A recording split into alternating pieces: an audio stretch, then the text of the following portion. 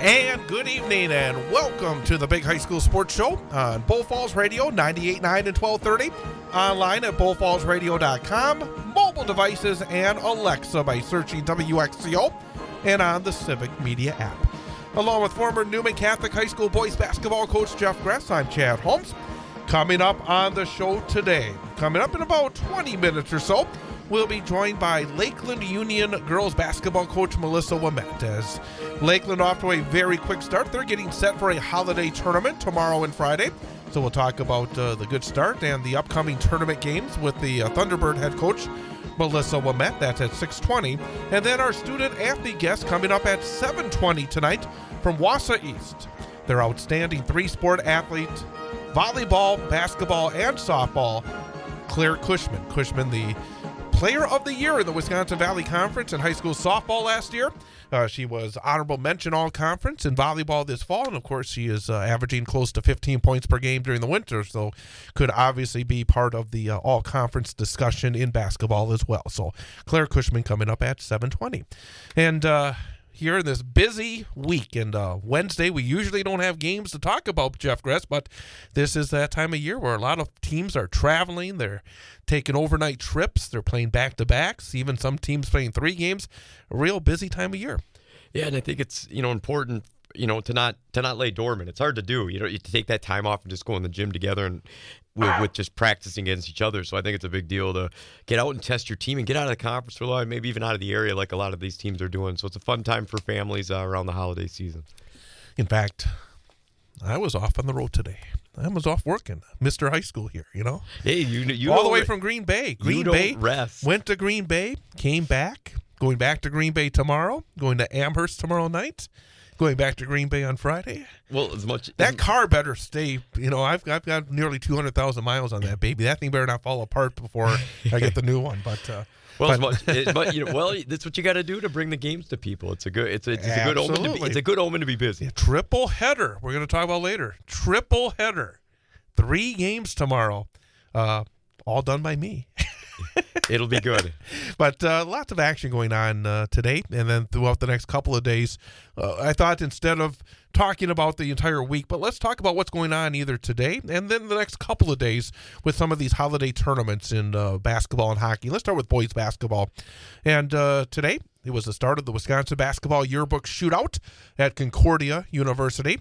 And a good win for the Marathon Red Raiders. Boy, they have been off to a fantastic start so far this season.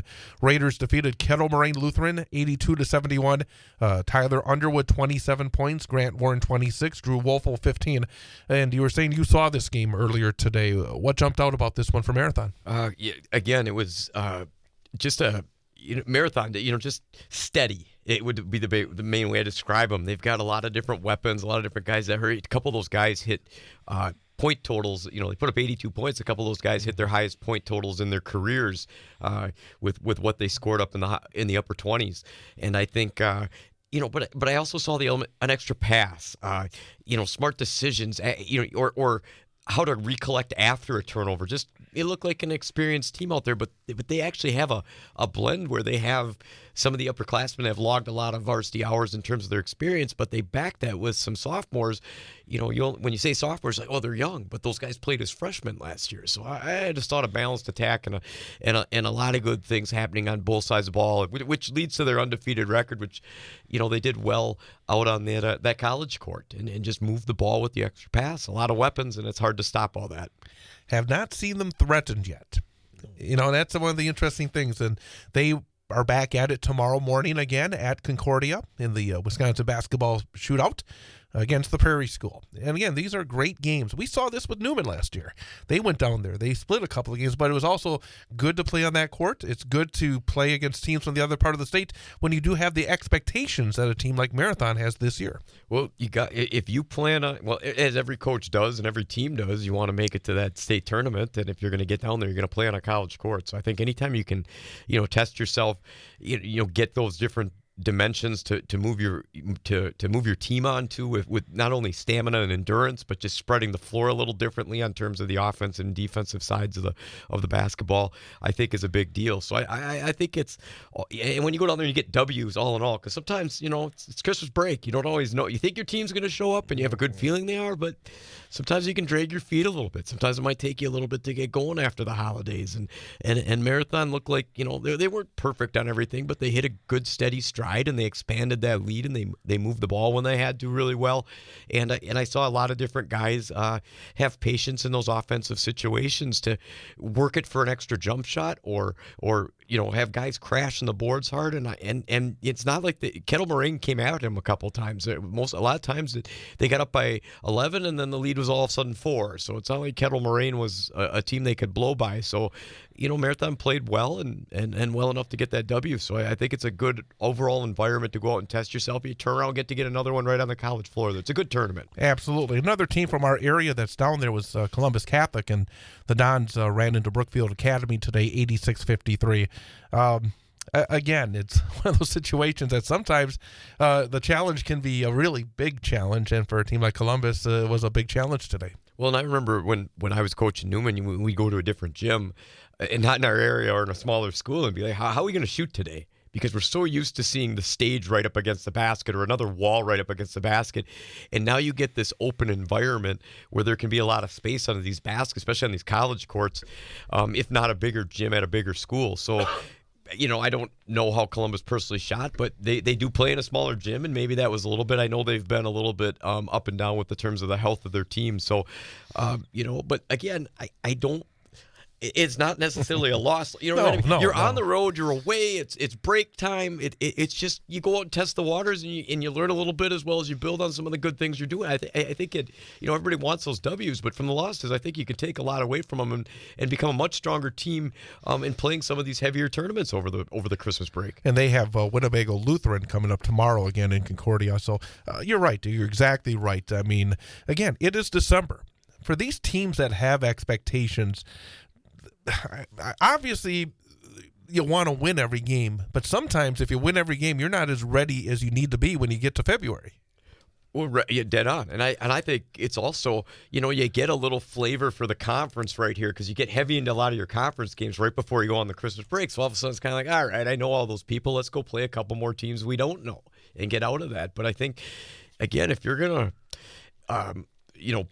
play for the longevity of your season and say we're going to make it somewhere, we're going to get as far as we can and get some playoff wins, you want your team to be ready for any situation, whether that's a bounce back after a bad loss to understand that we can't feel like that, we can't have that happen again, or could end our season potentially in February. So I think any situation you can find to put your team in by playing a diverse schedule, I think becomes a big deal in terms of trying to drive that season for well into the playoffs as far as you can. And DC Everest today was in the Sundrop shootout over at UW Green Bay in the Crest Center, facing a really good Appleton North team. And I say that because they came to Wausau earlier this season and just took Wausau West to the woodshed the one time that West has really been beat badly so far. What's been a very good start for the Warriors. But Everest, much tighter game, but they fell to Appleton North 73-57. And again, for a DC Everest team, it's an interesting DC Everest squad because it's been a little bit, I think, of a learning process when you lose a kid like Marcus Hall, and all of a sudden now you're trying to have different roles, and it's a good game because they also have some big conference games coming up starting at West next Friday night. But for DC Everest, again, it's a respectable performance against a really good basketball team. And I think it's good to, again, jump out of the area a little bit and test the waters, and especially for the bigger Division I schools in our area from the teams you're going to see over in the Fox Valley. And I saw, just watching the highlights when they played West De Pere, and they lost yesterday to West De Pere, 64-55. Yeah. And I saw some of those highlights. It's not like they're not moving the ball. It's not like they're getting good drives and kicks and hitting guys in rhythm and playing strong on the defensive end. So they're very competitive in these games. Again, I think you take back and you learn. You got to go challenge your team when you can. I mean, there's certain teams you honor in the schedule because you've played them, and other times once you know the makeup of your team and what you think they can handle, you got to push them to go get those wins. And I think, like you were kind of alluding to or mentioning, I think some of their losses have been quality losses. They've been beaten by good teams that have solid records over in the Fox Valley. So it'll be interesting to see where they jump back into conference play. How consistent can they be in the Valley? Edgar, meantime, went to Crandon, made a trek north, and they beat Wabeno Leona 53-43 today at the Crandon tournament. And for Edgar, I mean, there's different ways to skin the cat.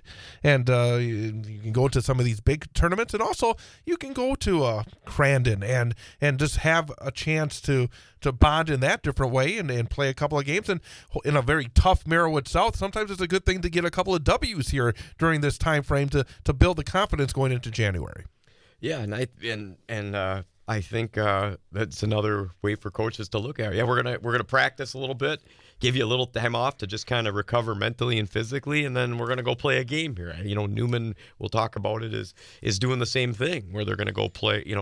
So I guess it's kind of up to coaches' preference what they think their team should handle, and I think that comes from knowing the guys and the girls that you're going to work with throughout the season the best to understand here's the break times we need, here's when we need to push ourselves a little bit, here's when we need to keep things flowing, here's where we can have a little downtime, and they got to judge that based on knowing those kids' personalities and the connections that they have with them. But for Edgar, again, it's always a good feeling too. You go win one, and now maybe we practice one more day and we get Friday off. I don't know. You know what I mean? You have a lot of different options here, and they went out and got the W. It's a tournament, so they have multiple games. Do they? Because I couldn't find another one. I don't either. And it says Crandon tournament. Right, so I'm assuming.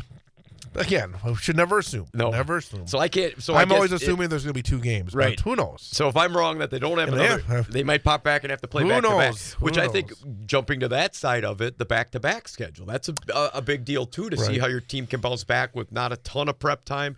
Because the playoffs, those games get closer and closer as you get farther and farther in. And we're losing a listener tonight, because the Merrill Blue Jays are about to tip off at Monona Grove, 6:35. That's a tournament down there.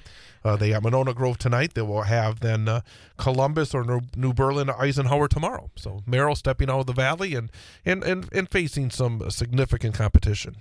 Yeah, I think again, these holiday tournaments, when you go to different parts of the state, you can get things.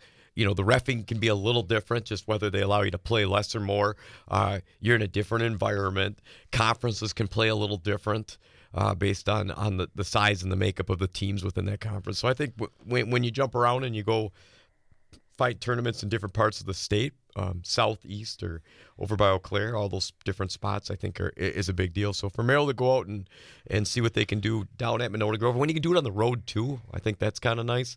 I know, again, when I coach, sometimes it was fun to get the alumni back and our families back and a big population in the gym, but sometimes it was nice to get out of the area and see what you're made of. So. And I went down to Monona Grove a few weeks ago, saw them play Wausau West. That's a team that had earned a huge conference win previously. I think it's Wanakee, if I'm not mistaken, a Wanakee team that went 14-0 in their conference last season, and Monona Grove was a team that finished somewhere around 17-5 or 17-6. So they had a really good win, and they got some talent. West went in there and played a really good game and is able to get a W. But I think it's a really good test for Merrill. And then, of course, either way, whether they win or lose tonight, Columbus and New Berlin, Eisenhower tomorrow. Again, I think these are really great experiences for these team, for the young men as well in this team. And I know.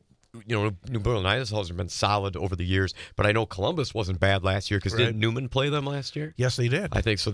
So just again, when you can, didn't they lose to them? I think so. I think they lost to them. I couldn't remember. I wanted to say something, but I didn't want to jump to conclusion. I thought Monona Grove had played one of the Valley teams already, but I couldn't remember off the top of my head. It was West, and you were right. Yeah, and Columbus. Yeah, that was the week they played Marathon as well. Yeah. That was that big week late in the season, and then they went down and played down south on the Saturday. Yeah. So that was Stoughton. Yep. So, anyways, good to get out of the area. Good competition to see. You got, again, just for teams to compare things. Not that it can always be the same opponent, but you get some comparisons that way to see where you stand and what you're looking at as you play other teams. When you have a common opponent, especially when they're outside your conference too, you can test the waters. Some other tournaments going on tomorrow and then Friday. I think one of the good ones is in Stratford, where the Stratford Tigers are hosting their tournament. Wausau East meets Lakeland in the first game of that tournament. Stratford against Ouimette. It's a good-looking tournament. Yeah, I like the diversity of the teams from all different conferences. And I know East, normally over the years has gotten Lakeland on their regular schedule, and now getting them in the tournament. And I think it's a good like that's as much as it is playing in the big gyms. I think it might be nice for a team that always plays in the big gym to go back into the small gyms and see what it's just a different environment. So for East, just the change of scenery, but that's common ground for them too, because they play and stay loyal to that tournament every year. And I think Lakeland's on top of the Great Northern right now, but I still, it's determined a little bit by I think what their schedule's been and some of the teams that they've beaten. And I think, and of course, it does have Division II significance in that section. Yeah, and I think that's always a big deal to look ahead at that playoff race. And for East, I'm sure, as with any teams, you want to kind of bounce back after your last game and prove that the things you're able to do on the floor are what you want to accomplish and stay consistent with. So they're looking to get back into the game flow as fast as possible. And with Stratford, Coach Schmidt always has a good solid group. They got beat up by Auburndale the last game I think they played. So obviously looking to kind of hit their niche. And not quite. I think I looked at Ouimette and I thought they might be 5-2 overall. So it's not like they're not winning games either. So it'll be interesting to see that balance of those different teams. A lot of diversity in that of divisions and just makeups of the different conferences the teams come from. So I think it's a good flow like that. I think it'll be a fun one to check out at how those teams do. And Auburndale has a tournament as well. They got Wyowega Fremont tomorrow in the first round, and then Augusta Neillsville. And you look ahead and you think that would be Auburndale Neillsville, which are always very good basketball programs. Before we talk about that real quickly, how shocked were you that Auburndale really did rough up Stratford like they did last week? In knowing both those coaches, pretty much, I felt like congratulatory for one and felt bad for the other. I was surprised at that score, 77-42 in Stratford. Yep, and I know these teams and coaches, because they've been around for so long. Not the teams, the coaches have been the same coaches have been there for so long in some of these schools. They just know each other so well. So there's always almost a natural competitiveness that you expect to see, that the game will be a little tighter because they figure things out. They each make adjustments. It's just a big chess match. And I don't know no other way to describe it, but surprised, because I thought it would be a little tighter, unless there's some random thing we don't know about with somebody majorly in foul trouble, somebody go off from the 3-point line. I didn't check any stats, so but surprised that there's quite a discrepancy there. I'm guessing none of the stats were pretty for Stratford. No. So that's the beauty of basketball. You want to get back into that game environment as fast as you can when you lose the previous game and you're not happy with how you played, both players and coaches. So that's why it's nice to have another game right around the corner. And two other teams I wanted to kind of touch on before we take the break and get to our first guest. Marshfield, also at the Wisconsin Basketball Yearbook Shootout. They did not play today, but they play tomorrow and Friday. Marshfield against Onalaska, and then Marshfield against Ashwaubenon. One team from the West, one team from the East for Marshfield, and Mosinee participating in the Green Bay Preble tournament. They're off to a very solid start as well. But for Marshfield, I'm curious to see how they do at this event. Yeah, I think it'll be, because they're 3-0 in the conference right now, so they've started off solid as they've probably expected to. I'd assume they're 7-1 overall. Had a nice win on the road, which I know we'll talk about later, but it beat Hudson, which is a quality win. So I think, going and getting to step out and get teams from different parts of the state all in one tournament and down in a neat environment. I mean, you hear about the tournament a lot until you have local teams playing down there. They don't watch it. So I got a kind of a feel watching Newman last year that it was a neat thing, the way they matched some of these teams up, and watching Marathon today. So, and like you said, it's always kind of a nice little, it's a certificate of honor that you maybe not get written out because you get invited down there to play in these games. So I think it's a big deal to just be asked to be down there, and then you want to showcase your team and your program a little bit. So it'd be interesting to see how they do against those teams, because that, again, is the big name of the game in Central Wisconsin, is once you get to playoffs, get out of the area. We're going to take a quick timeout. We'll talk more about these holiday tournaments and holiday matchups as we continue later in the program to talk about the girls and a little hockey as well. But coming up next, we're going to have our first guest for this week. Again, very successful. Made it to the state semifinals a year ago, off to a fast start this year as well, from Lakeland Union High School, and also just a legend in these parts in terms of her high school career at DC Everest. Melissa Ouimette, she'll be our guest coming up next as we continue here on the Big High School Sports Show on Bull Falls Radio 98.9 and 1230.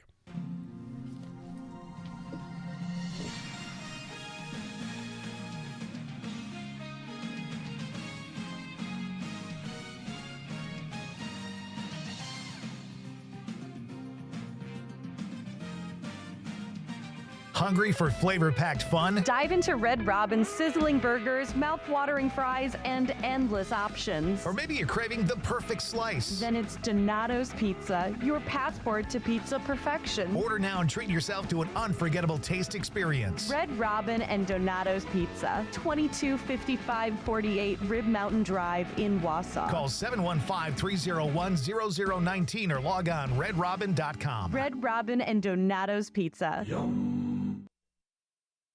What's your idea of fall fun? Maybe it's hitting the trails on a new ATV. Then it's time to call CCU. That's Clover Belt Credit Union. Or if you're thinking of a UTV for hauling wood or hunting, or maybe just because it would make the tasks around your property so much easier, it's time to call CCU. ATVs, UTVs, utility tractors, and their attachments for care of your property. Whether you need it for fun or to get the job done, Clover Belt Credit Union is here to help with the great rate financing you want. What are you waiting for? Life's too short and winter's too long. Thinking about a motorhome or maybe a snowplow for your ATV or utility tractor? Call CCU for great rate financing. And if you're thinking motorcycle, Clover Belt Credit Union has the financing you need for the bike you want. Call or apply online at ccuwausau.com. Check it out. For vehicle loans, for mortgages, for financing fall fun, call Clover Belt Credit Union. That's CCU. Local lenders lending local money, keeping our community strong.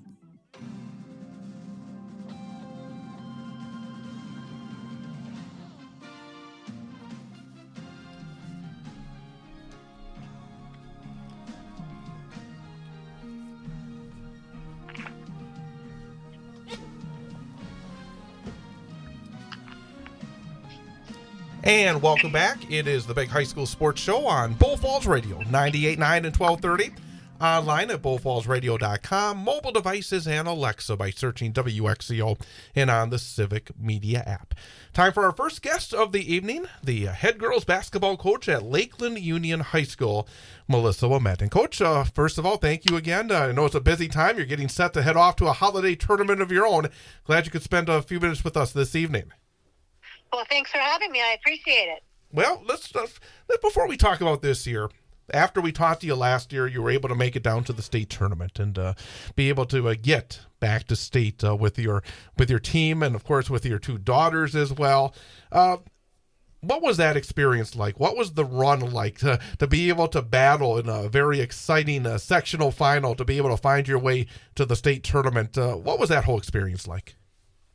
It was just like a dream come true. I mean, this was something we set in motion many, many years ago, and it was just incredible to see the girls work this hard and, you know, to have be there with both of my daughters and the team and the community. Everybody was just pulling for us, and I can't even put it to words, just to have something like that happen. And it just doesn't happen. I mean, this is something you have to work toward forever. And I knew when I went to state as a high school kid at Everest that someday, I just kept telling myself, if I ever have daughters or kids, I want them to experience what I did. So it's just something I talked to my own children about since they were just tiny little things. And then it just carried on to their teammates. And it's just something that I can't even put to words. It just meant everything to us.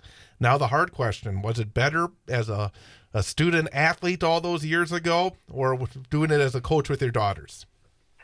Oh my goodness, so much better as a player. I love that answer. There's nothing like playing, is it? Sorry? There's nothing like playing, is there?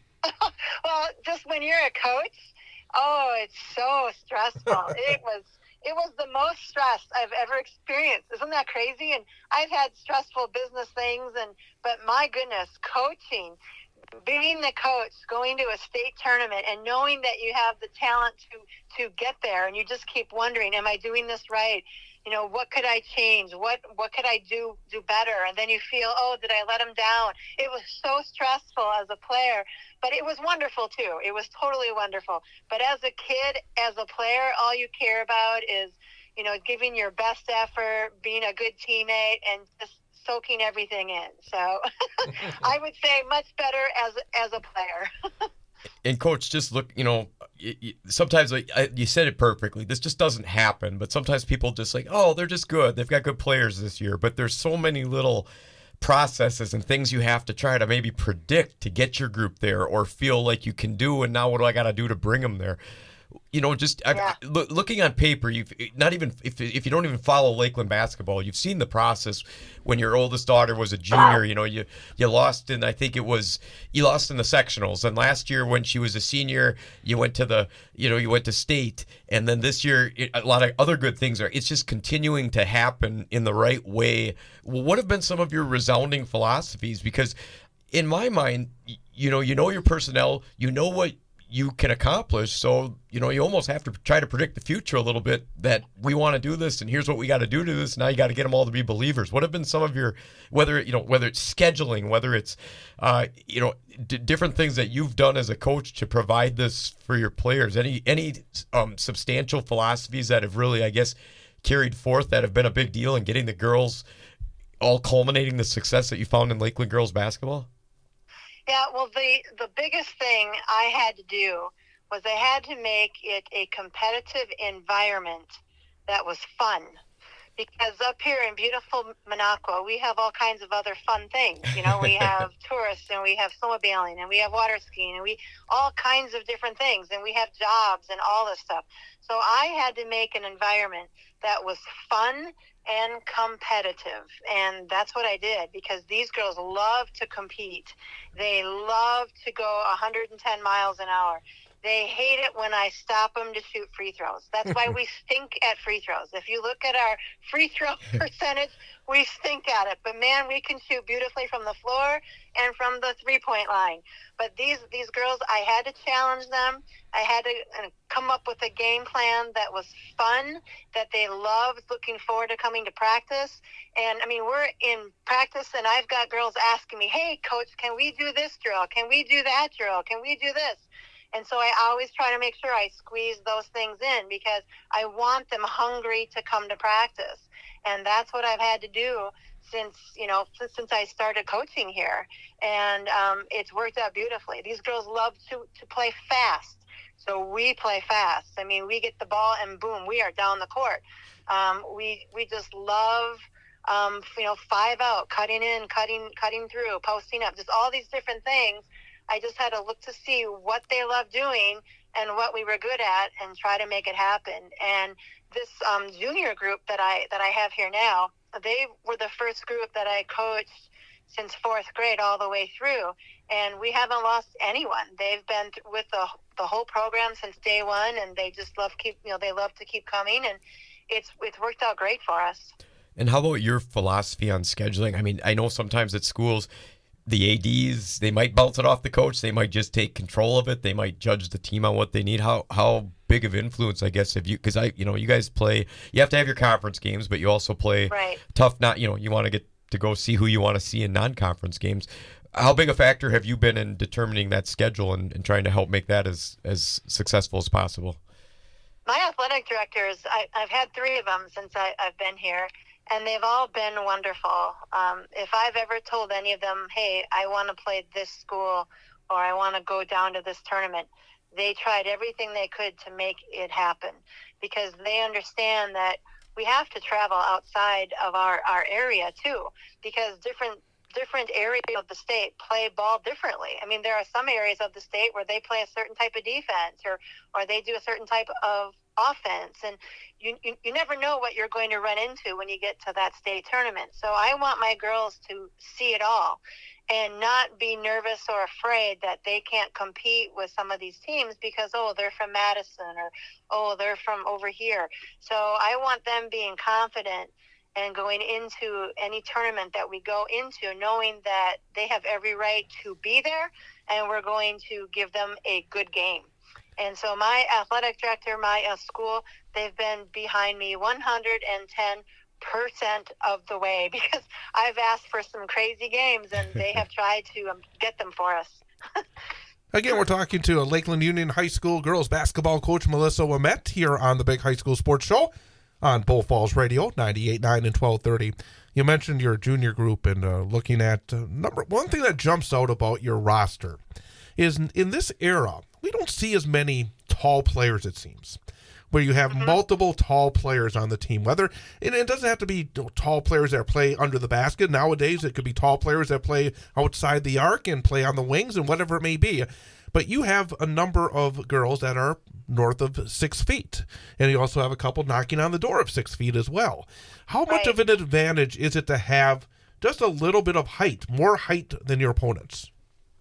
I love it. Well, I'm 6'2". Yeah. And so I know what it's like to play when you've got that extra height. And I love working with these girls with that height too. And then we even have girls. So I've got 3 6'1" girls. Actually, Christina's closer to 6'2" than she is 6'1". I've got several 5'11s. My only 2 short ones, really, I mean, not even short, but they're 5'8" and 5'6". Other than that, they're all 5'11", 6 foot, 6'1", 6'2". And it's just great because it hides a lot of mistakes, too. So, like, let's say you didn't quite get there on time, but you've got that extra wingspan, so you can get a tip. So, and the other thing, it's just a mindset. When you see a team walk in that's really tall, and you're a team that's, 5'7", 5'6", 5'8", it does something to you. It's like, oh boy, and then maybe they think, oh, I've got to change my shot or I've got to do, different things. It just kind of affects people in the mental part of the basketball game too. But with our height, we don't just keep them under the basket either. I mean, these girls are, catching the ball out on the wing, pulling in, cutting through, knocking down threes. So I've never been one of those one of those coaches that just puts a kid on a block and makes them stay there either, because I want this to be fun. I want them to come to practice. So I want them doing all these different things. You had obviously a great leader in Juliana last year and for a number of years. How has the dynamic within this group changed now that Juliana obviously graduated and moved on, and now we have a bit of maybe a younger team, but still a very experienced team in certain points? How has that dynamic changed? It's kind of funny because this junior group, I keep talking about this junior group because they won the LCT tournament when they were in the youth team, so they've played together. 8 or 9 of them have played together since they were in 4th grade. So it's like they kind of had to get used to having Juliana with them, which is kind of, different. But so now she's gone. So now it's back to that group, how it was, back when they were in 4th, 5th, 6th, 7th, 8th grade. So her sister played that point guard role. So now she's back to doing that again, but she's kind of more like a point forward. So it's the roles that the girls have been used to playing since they first started playing basketball. So they have lots of confidence. They know what I want, and they know how to do it, and they like doing it. So everything is coming together here very nicely for us, and we just have to keep going. And Coach, I know there's different measuring sticks in the season. Sometimes, you judge your first couple weeks of practice if you get that long. If you get that many before a first game, then you evaluate yourself right after that first game or two, and then you might get something over Thanksgiving, and then you get into conference play and you're judging it again, and then you're into a Christmas break where you get to see your team and judge them against hopefully some good non-conference foes in a Christmas tournament of some sort. So far with your team, what are some things that, I really like this about us? This is what's fun to watch, and they're executing what I need. And some things like, other than the free throw shooting, you said that hey, we really got to work on this because we don't want it to bite us at some point in the season. Right. I'm very happy with the way we run the floor. I don't think there's a team out there better at doing that than what we do. We get a rebound, we make one pass, maybe one dribble, and we're scoring a layup at the other end. So I love how we attack, getting down the floor, looking to score right away. I also think that we've been doing a great job with our pressure defense too, just because of our length. And if you do get a shot, you're not going to get two of them. So I like the way that that's all come together. And, even some of the officials just kind of joke around like, hey, coach, call a timeout. Just because it's boom, boom, up and down, and we're scoring, and the other team doesn't even realize that we've already made it down the court. So I just love how fast we play, and we're not just turning that ball over either. I mean, we're getting maybe 8 or 9 turnovers. That's pretty low for us. So we're taking care of the ball, we're getting down the floor, and we're shooting beautifully from the floor too. So very happy about all of that, but except for the free throws. Let's talk a little bit about your girls. Let's start off with your daughter, Christina, because one thing that when we talk to coaches all the time, one thing that coaches always want to have is consistency. When I look at, we talk about, the results every week, and we talk about what teams are doing. And every week we talk about the consistency that Christina has had in terms of her production for your team. I mean, it's just, it seems like every night she puts up, anywhere from 25 to almost 40 points in a game, and then adds all the other intangibles and other numbers she does as well. Is she as consistent as it looks, at least from the outside? She totally is. It's just so funny because, last year I used to worry like, oh, okay, they're going to do triangle and two. We're probably not going to get enough scoring power out of her, when that happens. And I would just stress about different things. But this year I have not had to stress about any of that because she's the kid that can score inside, she can score outside, and she can drive it to the rim. And not only that, she passes the ball beautifully, and she can handle the ball against the press. She's basically kind of a coach's nightmare if you're trying to stop her, because if you come up and you try to press us, she's going to find the girl open down the court. And so she just looks at every game as just its own little challenge, and what can I do to help our team win? And she doesn't get too high or too low about anything. She's just even keel and just plays whatever has to be done. She's looking to get it done, and every night it's 33 points, 31 points, 35 points. She just had her lowest scoring game of the season with 25 points against Wausau East, but she had 13 assists, 11 steals, and 10 boards. So that's what is that? Quadruple double. Yeah. How about your other 6'1" kids in double figures as well, scoring Sailor Timmerman and Eva Evenhouse? I mean, I don't know if you recall. I've been around here way too long, and back in the day, I remember when Tom Weinkoff had 3 6-footers at Newman. You just don't see that very often, right? And all producing. And now you got these 3 that are all producing. Could you talk about maybe those girls as well? Yeah, they look great because when we are in these practices, I don't just take my 5 starters and say, okay, you go scrimmage against this, against the second string. No. We play against one another.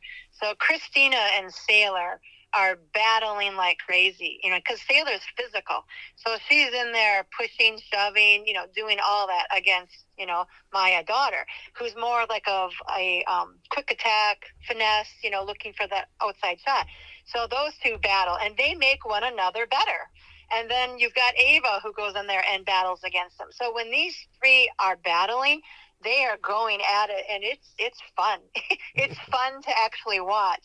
And they are getting so much better. I mean, they are so much better now than they were at the start of the season. Because, if, let's say one gets burnt on a certain move, then she's over there working on it because now she wants to do that. So it's just great having these 3 kids out there that love to battle and love to do well.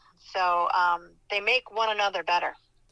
And Coach, how about jumping into the games for over the Christmas break here? Again, I get some of my information from with sports when I looked a little bit. I see there's the one on Friday at Watertown. Thursday against Lake Mills in Watertown. And the Lake Mills is the one I'm missing. Yep. What do you expect out of these teams? I'm sure you've been looking at them. Yeah, so Lake Mills, they do a different style than what we do. They're going to walk the ball down the court.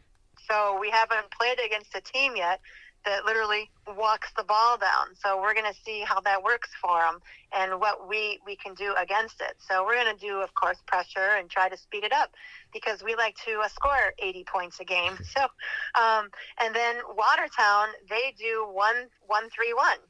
And we love playing against a 1-3-1. So we're actually looking forward to these games. And Watertown's done very well against some of the teams that we have played against. And Lake Mills, they were ahead of Mosinee too.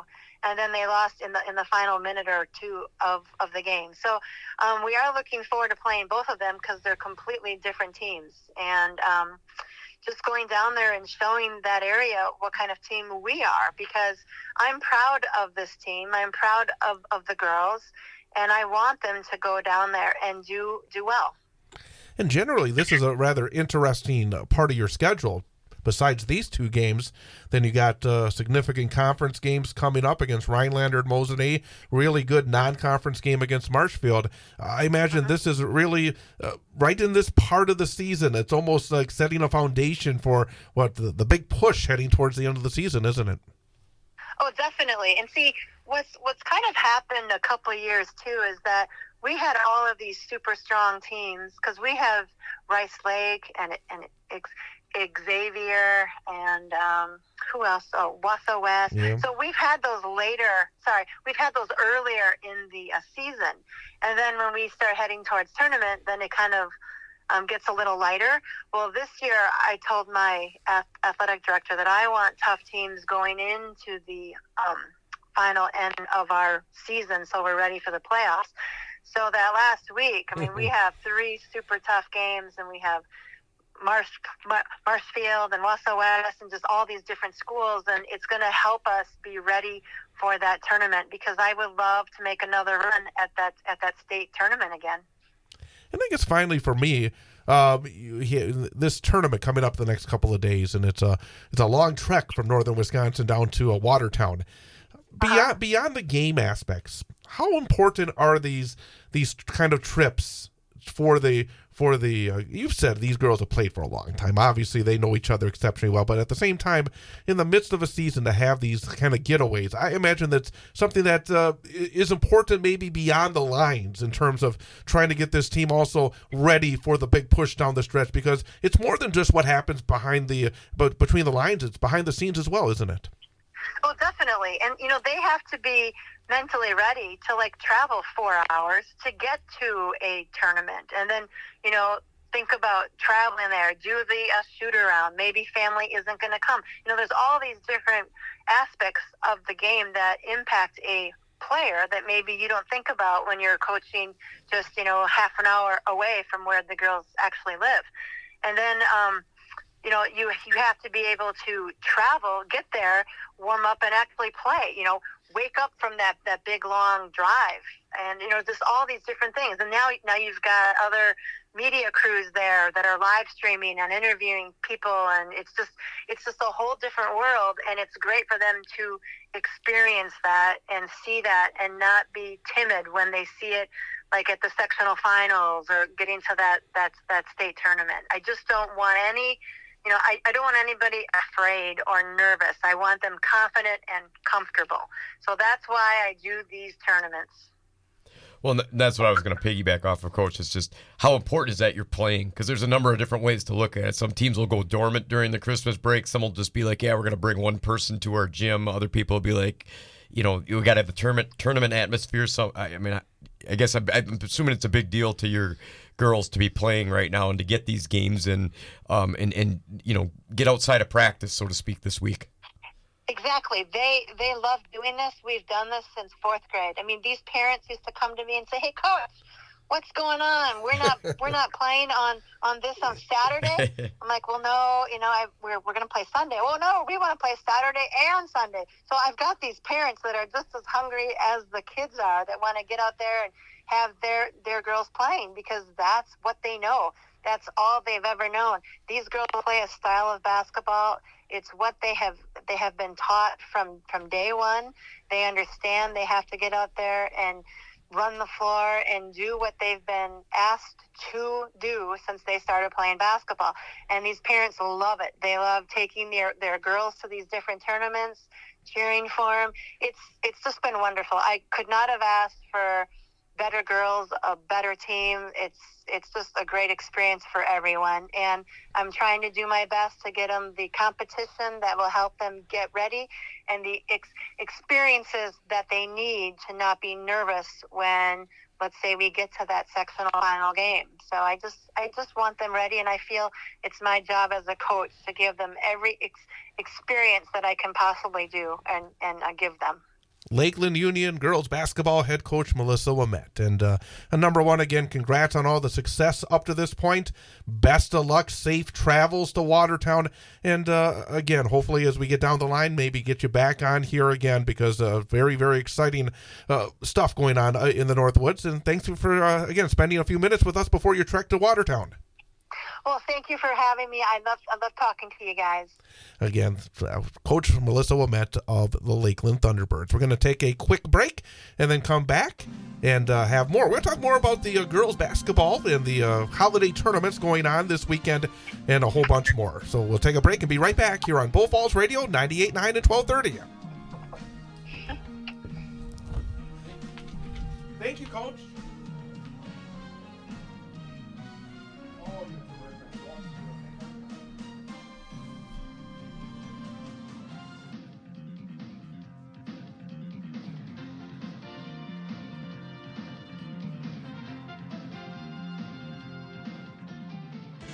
For more than 60 years, Sun Printing has been Central Wisconsin's commercial printer of choice due to their commitment to quality, creative solutions, and dedicated service. Sun Printing's team offers you a wide spectrum of services, whether you need vehicle graphics, offset, digital, large format, graphic design, or mailing. They print everything under the sun. No project is too big or too small, so give Sun Printing a call at 845-4911 or visit them online at sunprinting.com. Take your career to the next level with Graphic Packaging International. Work with a team to make Hot Pocket sleeves and the food trays you find at our local fair. Join the GPI team and experience the benefits of one of the highest paying manufacturers in the area, starting at almost $22.55 per hour. Enjoy job security, a clean facility, and an excellent benefits package, including a week of vacation after 4 months and 2 weeks after a year. Apply today at graphicpkg.com and elevate your career with Graphic Packaging.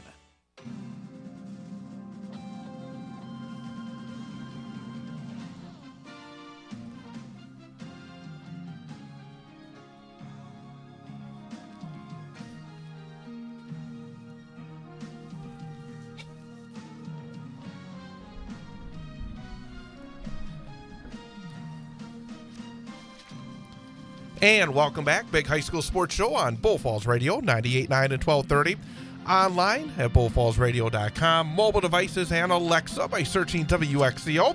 And on the Civic Media app. Again, thanks to Lakeland Union girls basketball coach Melissa Ouimette for joining us. And you can tell how much she enjoys it. I mean, obviously, even going back to, her, what a basketball life she has had. And again, I went to school at Everest a year after I graduated a year after she did. I still remember what an incredible excitement there was to have somebody like that at her school. And she was going to Tennessee and then Northwestern and leading the team to state. And now to be able to take that knowledge and the experiences and have the success as a basketball coach has been very impressive to watch. Yeah, and you can tell it carries forth into her team the way she talks about it, the experiences that she shares, that she has with the girls, and just the philosophies and the thought processes. And it's kind of cool that it can happen that way, because sometimes you can be a state caliber player, but you might not want to coach. You might not be that as a coach. So to see it carry through to the different generations, I think, is a big deal that can instill a lot of great times in what high school athletics can be and what they are up at Lakeland right now. And taking a quick look at some of the girls' action going on, not the same kind of action right now today that we saw on the boys' side, but you got some area teams involved. You got the Merrill Blue Jays heading to North Fond du Lac for a tournament the next 2 days, taking on Milwaukee Golda Meir tomorrow in the semifinals. And Merrill also will take on either North Fond du Lac or Manawa in the second round on Friday. You got the Century Classic. We haven't really talked about that, both boys and girls. Always a lot of basketball action going on down at UW Stevens Point. You got Mosinee, like their boys, going over to Green Bay to participate in the Preble tournament as they try to get ready for that second round against Lakeland coming up in early 2024. And you got the annual event going on in Marshfield where Wausau West is always down there. And they always face off a team usually like either Hudson or Superior. And Wausau West takes on Oshkosh West tomorrow in Marshfield. And then Hudson against Marshfield. The teams flip their opponents then in the second round. Anything in terms of those girls' games that jumps out in terms of the tournaments or anything that you really like? Well, I'm interested to see just when I don't hear a name of a team, and then like the Milwaukee Golda Meir. I know. I mean, I've never heard of it. They exist, and I haven't had time to check even if they're in a conference or they're independent yet. Do you know who Golda Meir is? She was one of the first prime ministers of Israel. She is a Milwaukee native, so went to school down there. Well, now I do. I appreciate the history. I learned a little bit today, but you know what I mean, though. Sometimes these schools they either rename themselves in honor of somebody or changed, and you're kind of curious where they stand or if they've just started off. Are they going to be a solid program yet? I like it when you can get some different teams. So Merrill's playing a Milwaukee team. They're playing North Fond du Lac. They could get Manawa, who's been a top girls team in that conference in Division 4 for years. So I think I like that one. The Century Classic's another great atmosphere for being a half hour away. You get to play on a college floor. A ton of different teams. Games are going on nonstop. You can watch as much basketball as you want. But it's also kind of a neat environment because, again, it's usually by invitation for a lot of those teams. And then there's also a donation made back to your program through the Stevens Point's Park Department. And it was just kind of neat to see it out. And I think other places run it great. Marshfield's done that one for years. I'm interested to see when you have some crossover in opponents like that because I believe West will have Oshkosh West and Hudson as well as Marshfield will. So to see where two conference teams stand against the second opponent, I know comparisons can be great and they can be tossed out the door at times. That's right. You know, you can debate that all day, but I think that I always like to look at it how one team that I thought of in our conference would do, and then we would go play that same opponent to kind of see how we stacked up. So I think, you know, those are some good tournaments to see where teams stand and to get out of their area a little bit. Coming up in the second hour after we talk to our student athlete guests, we will kind of take a peek at where we stand in some of the conferences going into the 2024 portion of the schedule. We'll talk a bit about the boys' side coming up in the first segment of the second hour. Then Claire Cushman will join us at about 7:20 to be our student athlete guest. So in the first segment, we'll talk about where we kind of stand in terms of the boys and the conferences here in Central Wisconsin. Then we'll have Claire Cushman, and then we'll come back and talk a little bit about where we stand with the girls basketball going into the 2024 part of the schedule. And real quickly, I want to talk a little bit about the hockey, and real quickly as well, because I was talking to Coach Brandt before the game, and it was real interesting because it doesn't feel like we're that far into the season, but for hockey especially, because they start the playoffs earlier, because there's a 3-week span where you have the seeding meetings and the starts of the playoffs for hockey, girls basketball, boys basketball. So basically boys basketball, they get their playoff seedings and then they also start their tournament about 2 weeks later. Right. But with hockey, you start in mid-February. I mean, and the first Saturday of February, you have your seeding meetings. So once you get past this week, you get into 2024, you're about a month away from the seeding meetings. It's very much coming up quickly. And a team like Wausau West, who's played a lot of games so far, in fact, after this weekend, they'll be playing their 14th game, and they'll be down to 10 games to go. They'll be past the halfway point. Some other teams, they haven't played as much early on, but boy, and even for the girls basketball, and even a little bit further off for the boys, you get close to start thinking about those kind of things rather quickly once you do see the calendar turn to a new year. Yeah, I remember every time coming back from Christmas break, it feels like you got a couple of quick practice preps, maybe not even just to get ready for the next conference game, or sometimes teams will have one more non-conference game right before the conference game start up at the end of the week if you come back from Christmas break earlier in the week. And it flies because, every day is another chance to prepare. So you're like, okay, we're going through practice today. Here's what I want to get done. And you have so many things you want to see well out of your team and do that. The time just flies. And then you look back and like, oh, we just got done with a week and we had 3 practices and 2 games. And by the way, we've tottered over our halfway point. And I always found that hard in the discussions I had with the seniors because they love the sport and they've given you everything they got. They just really don't want it to end. And both when I played and when I coached, it was just so hard to know the days are numbered, so to speak, and that you only got so much time left. So I think there's still no secret to slowing down the season other than saying, I'm going to try to enjoy every practice, and that's not easy to do, as much as you're also going to try to enjoy every game. But the time has nowhere to go but forward. And so, unfortunately, as much as the excitement is to see where you stand, to see what type of playoff run on some of this unexpected stuff that happens in the postseason yet, and to see where we're going to end up and when our season's going to end and are we going to accomplish what we want to get done, it also just, snap of a finger and it's gone and the winter sports season is done. So I think it's a big deal. Like if you're getting to play this week yet, slow it down and enjoy those games, both from everybody, from the coaches Right. to the parents to the players. And for those players, just know that every moment matters. The times you get to hang out with your teammates, you got to do this because you're enjoying it. So, make it last as long as you can. Let's talk a little bit about what's going on in hockey because, as I said, I was off doing hockey earlier today over at Wausau in the Green Bay area. And the Wausau West Warriors, I thought, played their best game of the season. I thought they came out and they put it together in a way I have not seen it up to this point. And the Warriors rolled past Fond du Lac St. Mary Springs 6-0. Cooper DePoit had a natural hat trick in the first period. 3 goals in a row. Had the hat trick and then added a 4th goal in the second period. Chase Crass had a goal and 4 assists for West. A goal for Ray Reinick and 25 saves for Julian Skolkuchi.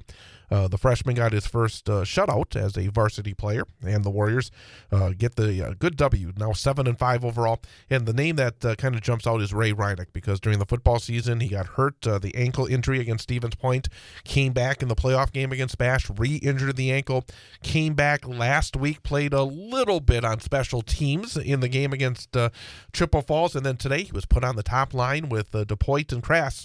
And the numbers don't lie. Cooper DePoit 4 goals, Chase Crass 5 points, and Ray Reinick had a goal himself. But also he is just a fast player. He is a physical player. And as you know, there's some times where it just takes one piece to kind of put it together in a way that you hadn't seen before. And it looks so different today for Wausau West. It shows again that when people talk about, next man up, sometimes it's not that easy. Because, there are certain reasons why somebody will be out in that position. And then, obviously, you want somebody to step in and do the job and give the best effort. But, boy, when you're finally able to get all the pieces that you want out there, put them in a position that you wanted to see in terms of a line combination or something like that, and it looked like a different Wausau West team to me today.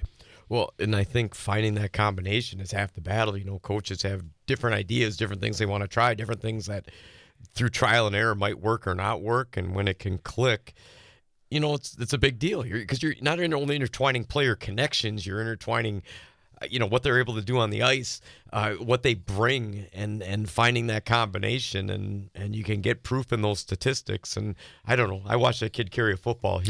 I gotta imagine he can make a difference on a hockey, piece of ice too, because just the way he plays hockey, I would assume would be naturally built in. But when you can find those components of where those guys naturally feed off each other with not a lot of thought, and it becomes pretty natural.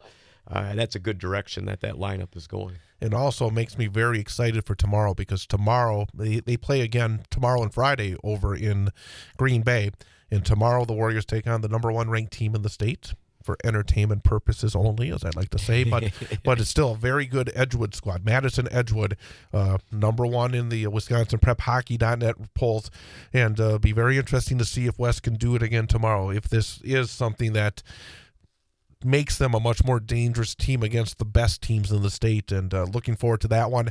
Again, we'll have the game tomorrow, 12:20 for the pregame, 12:30 for the opening face-off live right here on Bull Falls Radio, 98.9 and 1230. Also then on Friday, the Warriors will wrap up this event over at Green Bay against Middleton. And I always like when they play Middleton because, another history note, Wausau West has won one state championship at hockey, and that came back in 2011, and they beat Middleton in the championship game. So it's always a good excuse to talk about when they won the state championship back in 2011. And as you well know, when you have these games that can bring back fond memories, you like to bring up any kind of connection you possibly can. Yeah, so, definitely. And we'll have that game again Friday at 2:20 for the pregame, 2:30 for the opening face-off again here on WXCO. Quickly, a couple of other games that were going on today. Tough one for the Blue Jacks of East Merrill United. They rallied from a 3-1 deficit against Whitefish Bay after 2 periods. They tied up the game with 2 seconds to go in regulation. They forced overtime, but then Whitefish Bay would score in overtime at 4:02 to win 4-3. East Merrill United playing in an event over in Wapaka. They'll have games coming up both Thursday and Friday as well. Blue Jacks got goals from Vincent Newman Knuckles, also Kanan Yankee, and then Brody Tranto got that game-tying goal, I'm sure, after the goaltender was pulled with 2 seconds to go in regulation. DC Everest today was victorious. They're participating in the tournament over in Antigo, and the Evergreens knocked off the host Antigo Red Robins by a score of 5-3. And it sets up potentially, and I'm fairly certain it'll be DC Everest against Amory. And Amory right now is the number 1 ranked team in the state in Division 2. So tomorrow, Wausau West will play the number 1 team in the state in Division 1. And the DC Everest Evergreens will get a nice opportunity against Amory in the championship round of that Antigo tournament. And Amory, a very good hockey team as well. So very, very interesting stuff indeed. So when you get to the top of the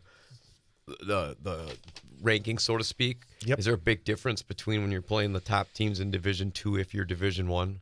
You know what I mean? Because there can be a big difference in basketball. Oh, you're right. When you're a D5 going against a D1, just based on numbers alone. Sometimes is there a big difference that way in hockey? Sometimes I'm gonna kind of balance. Last year, the Division 2 state champions, who was number 1 for most of the season, was New Richmond. And they compete in the Big Rivers Conference with a bunch of teams that are annually ranked at or near the top in Division 1. And despite being the Division 2 team, New Richmond actually won that conference. So they could have been, I think, in the mix in Division 1 if they were a Division 1 team. But I think you would probably agree that over the years we've seen some teams that are smaller schools that you say, okay, they could. Again, I mentioned the old days with Weinkauf and Newman girls. Yeah. There were a couple of those teams that, and could one play year higher than they are divisionally. And actually, with the year that Wausau West girls made it to the state tournament, Newman Catholic made it to the state tournament as well. West made it to the state semis in D1. Newman during the regular season beat them rather convincingly that year. So, and there was a sense that maybe that would have been the team that could have competed at any divisional level. But for the most part, there is a difference. You've seen this over the years as well. I mean, that you have some of these special teams that may be from a small school, but generally the divisions mean something. The population wins out. Yes. Unless, of course, you have some things that matter, like the size, like when you're a smaller school playing in a bigger conference. Right. It kind of lends you to be able to play up a little bit. Exactly. So makes sense. So yeah, I would say that there are special cases, I guess is the way to put it. Good answer. We're going to come back and kind of recap where we stand now going into 2024 on the boys' side in high school basketball. Where do we stand with these conference races? Who is stepping up? Who is surprising? And some of the recent activity as well. So we'll talk about that coming up as we continue here on the Big High School Sports Show on Bull Falls Radio, 98.9 and 1230. If you're looking for your next ride, check out Mankey GMC in Schofield. Formerly Fred Miller Automotive, Mankey GMC serves Schofield, Wausau, Marshfield, and Stevens Point with a huge selection of new and pre-owned vehicles. Explore a range of top-notch SUVs like Acadia, Terrain, and Yukon, or choose from the rugged Sierra truck lineup, or even a certified pre-owned vehicle. No matter your dream vehicle awaits at Mankey GMC, 448 Grand Avenue in Schofield, and online at MankeyAuto.com. Mankey GMC in Schofield, where your journey begins. Parents of class of 2024 seniors, graduation is a few months away. Do you know where your photos are? Melissa Sullivan of Picks and Pieces Photo and Digital Organizing can help. Mel is a professionally trained photo manager who can convert printed photos and outdated media to digital formats, consolidate and organize your digital photo collection, and create custom photo books, gifts, and slideshows. Preserve, organize, and share your priceless family memories today. Call Mel at 715-446-0762 or visit picksandpieces.com today to learn more. Again, that's PIX, the letter N, pieces.com. WXCO 1230 AM, W255DN Wausau, streaming at bullfallsradio.com.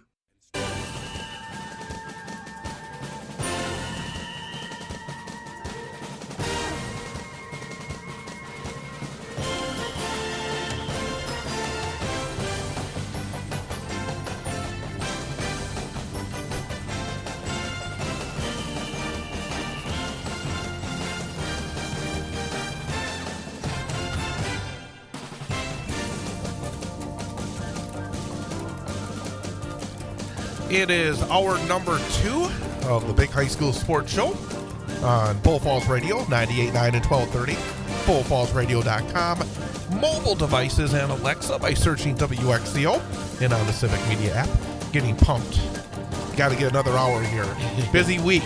It is. We're good. Absolutely. But coming up, we will have our student-athlete guest for this week from Wausau East High School, Claire Cushman. She'll be joining us at about 7:20 this evening. Reminder, tomorrow we have a triple header of high school sports right here on Wausau's only radio station that doggone it cares enough to bring you play-by-play of high school sports because it is important. As I said, I'll be over in Green Bay for the Wausau West Warriors against Edgewood in that massive matchup at the Green Bay Notre Dame Showcase. 12:20 for the pregame, 12:30 for the opening faceoff. When that is done, I'll hit the road heading to Amherst for a girls-boys doubleheader featuring the Newman Catholic Cardinals. The Cardinal girls will take on Amherst first, 5:50 airtime, 6 o'clock for the opening tip, and that will be followed at approximately 7:30 by the Cardinal boys against the Amherst Falcons. So again, triple header sports tomorrow night right here on Bull Falls Radio, 98.9 and 1230, bullfallsradio.com, mobile devices, and Alexa by searching WXCO and on the Civic Media app. And let's talk about the boys' side. Let's talk about where we stand in some of the conferences. Wisconsin Valley Conference, you got the Marshfield Tigers. We mentioned they're competing at the Wisconsin Basketball Yearbook event down at Concordia, and they're off to a 3-0 start in conference. Stevens Point is 2-0 in the conference. Wausau West 2-1, and the Warriors they got, I would say, a little fortunate last Thursday night. That was the only conference game last Thursday, and they went to Wisconsin Rapids, and the Red Raiders looked like they were going to get that first conference W, but the Warriors were able to get a Lucas Hager 3-point field goal at the buzzer of regulation to force OT, and West would win 73-67, and a big win for Wausau West. Then you got East and Everest at 1-2, and then Rapids and Merrill both 0-2 in the conference. I guess general thoughts. What are you thinking right now in terms of the Wisconsin Valley Conference on the boys' side? Well, I guess, I think everybody has a possibility to get after somebody at a given night. You're going to have some sleeper games here and there. You're going to have, some consistencies. I'm sure, the coaches are all smart enough individuals that they're going to be preaching you can't take a night off against anybody because that's the way all these conferences run and should be within conference play. But it just looking on paper and what we can see statistically, Spash and Marshfield look like they're coming out as the forerunners in that conference right now. With Spash, having a 9-0 mark right now and getting some quality wins against teams that Marshfield hasn't. The Nina win and the Eau Claire Memorial win on Friday. I think Eau Claire Memorial was at least undefeated or top of their conference. Right. So that was a nice win for Spash. And I think, the rest is kind of in the mix based on, like for West. One they could have lost to Rapids. They had to come from behind at the end of that game. Found a way. 8-3 right now. I think that's going to kind of play out when you find a way in these conference games because you got West, East, Everest kind of hanging in that middle. Who wants to find their consistency and be the forerunner in there? Because it depends on a given night. I mean, for Everest, their last conference loss, I think they got beat up by Spash 83-59. So that's why I'm thinking Spash and Marshfield are setting themselves out top a little bit, but for the middle of that pack, the West, East, Everest, right now trying to find a way to kind of hang out there and take one from them, or a couple of them from when each team does it, could find them back in the mix, because sometimes those conference standings are decided by a game or two. So consistency is the big name of the game, and you're dealing with high school athletes. It's hard to do sometimes. And with the Valley, we've talked about this, they don't really get into the conference as quickly as some of the others. No. And it really gets hot and heavy very quickly after the start of the new year, with starting next Friday, January the 5th, and then Tuesday the 9th, and Friday the 12th, back to back to back in terms of conference play. And obviously I keep a close eye on West because I do broadcast the games here on Bull Falls Radio, but they've got an opportunity now. They got some massive games coming up. You got DC Everest coming to the field house a week from Friday. Then on Tuesday the 9th, Wausau West has Wausau East coming into the field house. And then the following Friday the 12th, Wausau West has Marshfield coming into the field house. 3 consecutive home games for Wausau West to put themselves, I think, in a position to be part of the discussion. You think as for Wausau West, because then at the end of the season, they play a lot more road games in the conference. Right. And they've been good on the road this year, but still, it's not going to be easy. But you have 3 consecutive conference home games coming up, which can really mix things up. And I think especially those games against Everest and East, because I think both Everest and East feel like, despite their 1-2 records, that they will have the opportunity to move up rather quickly in the conference standings with those games against West. Well, and that's what you're talking about, the scheduling here, was kind of thinking too. It's tough because that conference, the breaks you have in between it, like most of them haven't played Tuesday, right before they went on Christmas break, right? Except for the Rapids West game in terms of conference play, and now they don't almost hit each other till January 5th.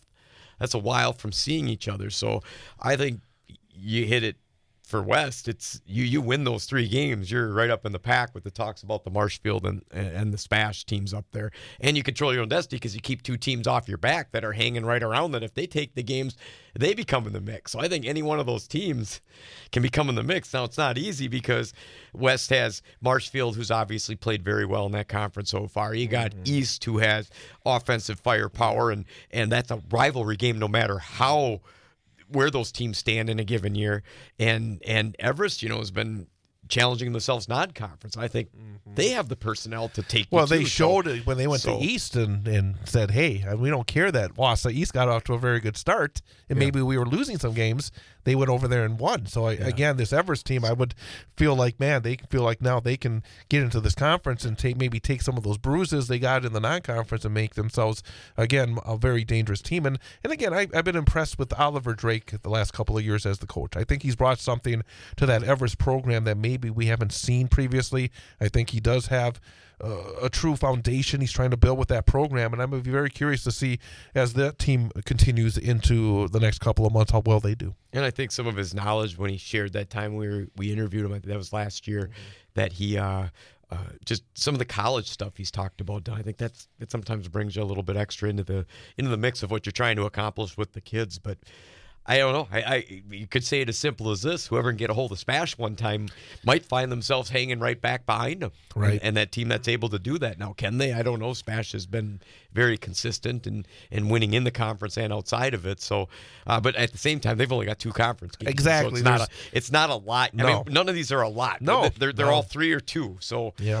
We don't have a ton to base it off of, but that consistency factor is going to become a big deal, and I'm sure teams are looking to spread their wings a little bit in these non-conference games within these tournaments that they play, to just try to say, here's what we want to get ready. Here's what we want to be ready for and pumped up for when we hit our conference schedule coming back after Christmas break. Great Northern Conference. You got 3 teams that are undefeated. Lakeland 4-0 in the conference, 5-2 overall. Mosinee 3-0, 7-1.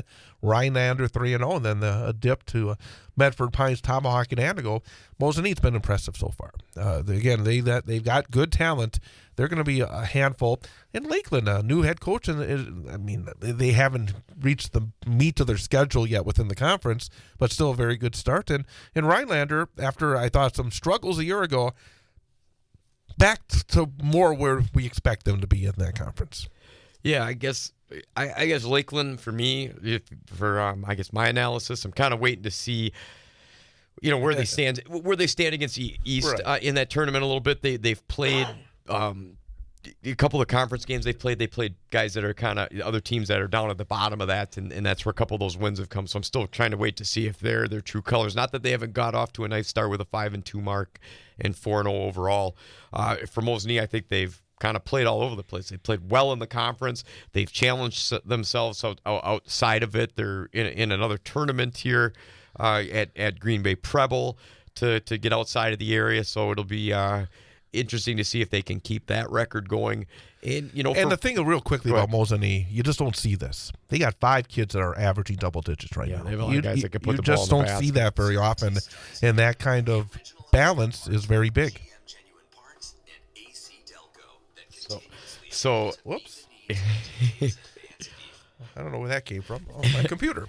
All right, so, I pull up the numbers, and all of a sudden it brings up a commercial. Yeah, that's usually what happens. But no, again, the balance. Right, because then the opposing coaches, it's tough to decide who we're going to defend on a given night when kids, and that's the beauty of high school sports, when different kids can go off other than the person that's listed as the leading scorer. I think that makes you dangerous, or that's what makes it special at the same time when that kid that you didn't expect to go off, all of a sudden, he put 15 in tonight. That was a big plus for us. So I think, looking down that list, Mosinee becomes dangerous with that against the teams that they face in terms of how you're going to match up and what you're going to throw at them in terms of your defense. And for Rhinelander, like you said, another 3-0 mark sitting in the conference and finding their way back to playing more consistent basketball as they've done over the years. Merriwood South, I tell you, it seems like every year it's, Stratford's been there. They obviously had that great year that unfortunately did not get a chance to win it all at the state.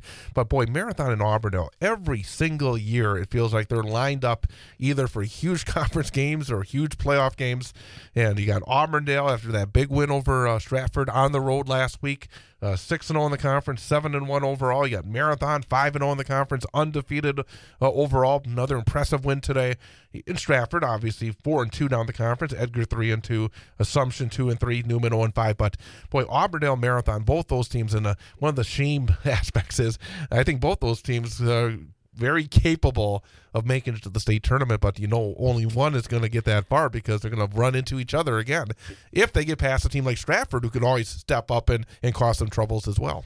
Yeah, it's interesting dynamics. I mean, everybody just wails on each other, as so to speak. I want to see how true that Stratford-Auburndale game holds up, because I think Stratford's done a couple things well early in the season, especially after talking to Coach Schmidt and saying that they got a lot of stuff to still find some consistencies on. And on paper, they look like they're playing pretty well and getting through that.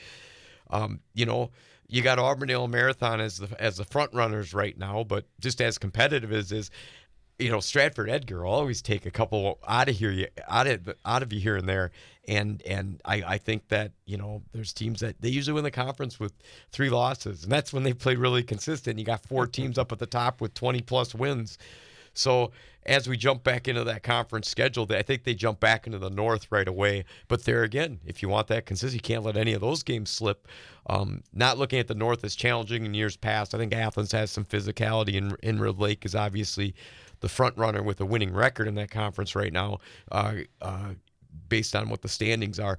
But, Marathon, I was impressed with how they played today. I just thought it was balanced. I mean, there's scoring, there's extra passes. Even those guys that put up 26 and 27 respectively, they're taking it in for layups, or they're converting from the foul line. It's not like they're going out of their way to force a shot or get points tacked on that way. It's coming in the natural flow of the game, which I think is a testament to the coaching that these guys can all play within themselves, and the productivity they're getting out of the bench, and some of the young guys that start in that lineup. I just makes them a tough matchup. It'll be interesting to see, because I think if I had a pick, you got Grant Warren sitting in the middle, I think Auburndale's going to have their hands full when they play them. Big time. And again, it's so silly to even think this way, but boy, I think this Marathon squad, the way that they are coached, the way that they play as a team, and then you add that 6'10", 6'11" kid, along with a kid like Underwood who put up 27 against really good competition. Number one, you got to see a team that makes it a single-digit game. We haven't seen that yet. Right. This has the feel of what could be really a special run, and again, this is not something the coach or the players would ever say, but I'm curious to see if anybody does challenge them as this season continues. Yeah. You think they will be in a game here and there. Somebody's going to get them on a night where they're just a little off, or it's just some shots aren't going down. But you talk about Warren in the middle. I'm watching him go in and crash the offensive boards and get a putback as easily as if you leave him open. He's spotting up and drilling a three. I mean, that's a fairly dangerous weapon and a lot of focus that would go on a player on a court from another team to defend on top of the other guys that can beat you, and he can pass pretty well out of stuff. So it'll be interesting to see the schemes and strategies teams come up with to keep it in, and if anybody can build off that, if they have a little more talent than the team that kept them in a game against Marathon. But I think, you can't predict injury and sickness. Those things can pop up, but barring they hit some major factor, they're a team I wouldn't want to face going down the stretch, because they're only going to get better as the season goes on. It's going to be interesting to watch that team. I really think that's going to be one of the more fun teams. I think in terms of, again, Coach Jacobson does such a good job. And again, you just feel like, boy, there's a lot of the pieces that are there. And then you say something like that, and then the pieces, somebody twists an ankle or something like that. I mean, it's funny to think how people think, because I'm sitting at the game watching the game, and my son's like, who do you want to win? I'm like, well, Marathon. And he was like, well, those are rivalries. Because he goes to one of the Catholic, he goes to Newman. And I'm like, well, buddy, I said, you still want to see the teams in your conference do well. I don't want to see Kettle Moraine win. I said, so I mean, it's just these ways we think about things, and you want to see all these teams do well. And I think, Marathon well coached, and they play well. We're going to take a break and then come back with our student athlete for this week from Wausau East. 3 sport athletes, outstanding both in the fall, the winter, and the spring. Claire Cushman, she'll be joining us coming up next. With Jeff Grass, I'm Chad Holmes. It is the Big High School Sports Show on Bull Falls Radio, 98.9 and 1230, online at bullfallsradio.com, mobile devices, and Alexa by searching WXCO, and on the Civic Media app.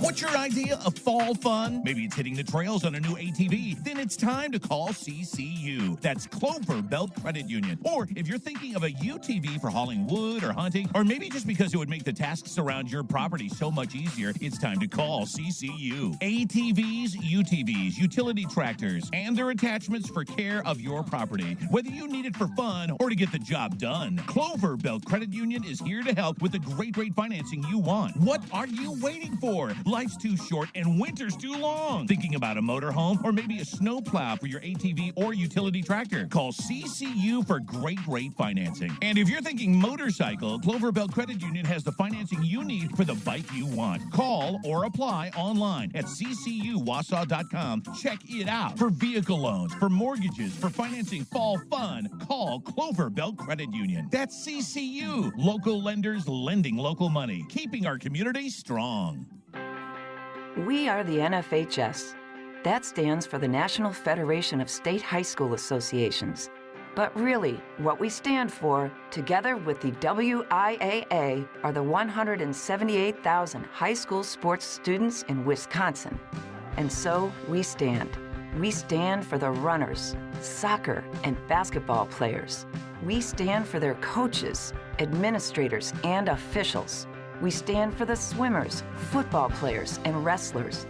We stand for the golfers, softball, and volleyball players.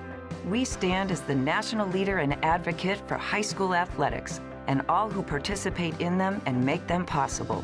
Because it is our purpose to ensure that high school students get to play, perform, and compete together. To learn more about who we are and what we stand for, visit nfhs.org.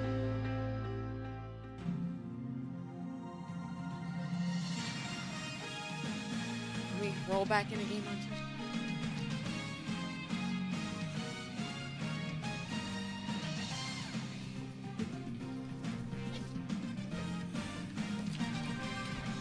And welcome back. Big High School Sports Show on Bull Falls Radio, 98.9 and 1230. Online at bullfallsradio.com. Mobile devices and Alexa by searching WXCO. and on the Civic Media app. With Jeff Gress, former Newman Catholic High School boys basketball coach, I'm Chad Holmes, and very happy to welcome our student-athlete guest for this week from Wausau East High School, senior Claire Cushman. And Claire, thank you for coming on in here on this Christmas week. Yes, thanks for having me. Absolutely. And I'm going to ask you a really kind of an odd question, because we've been talking a lot about these holiday tournaments going on.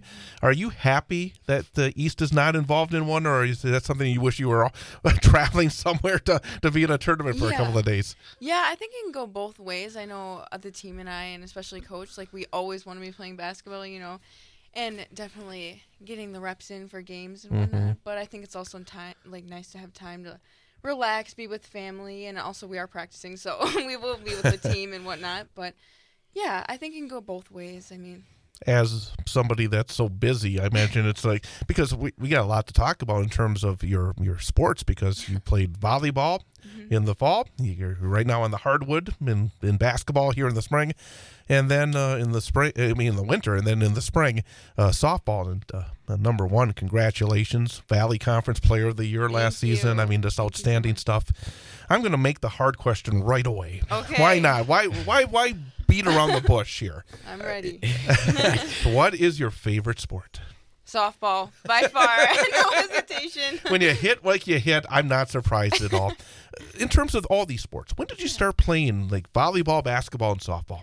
Yeah, I definitely picked up softball first. I think it, honestly, you say your true passion. I would say definitely started young with my dad, and yeah, so softball, and then it was basketball with being coached like by our dads. I know Sydney Crawford on the team, her dad, Olivia Shaneman, like from the beginning, we've been coached from like 4th grade all up till I think it was like, well, obviously our travel ball days until we hit high school, and then volleyball. Yeah, I would say volleyball and basketball, they go back and forth. Like I would say it would go softball, basketball, or softball, volleyball, basketball. Is it a case, when you play in multiple sports, obviously when you're playing at the level that you play at, especially in softball, and you're going to go to UWGB and play softball at the next level, what keeps you going to stay in a sport like volleyball in the fall? When you think, man, I mean, you could be obviously, working on one of your other sports.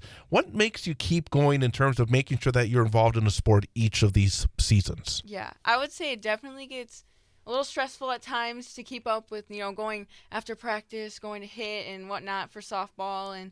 But I think it's just the love of, like, the sport and, like, being involved for sure. Like, volleyball, I have the time of my life when coaches say, like, gosh, it's my senior year, you're going to miss it. It's like, I miss volleyball already. And it's happened how many months ago? Like, maybe 2 months ago, a month ago.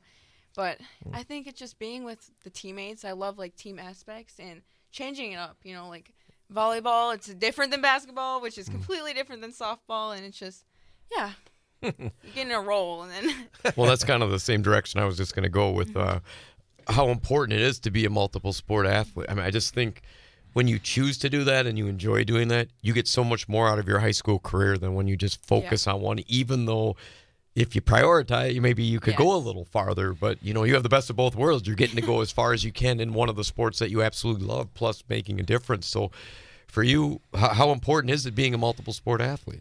It's super important. I think I really wouldn't want to be doing anything other with my time. It's just with the girls, like all the team, you go from one group of girls to another, and like you can call them your friends, and you hang out like in the sport, outside of the sport, and also like using different muscles. I would say like you're not using the same muscles you are during basketball than you are softball, but it just keeps you in shape and keeps you moving, I feel.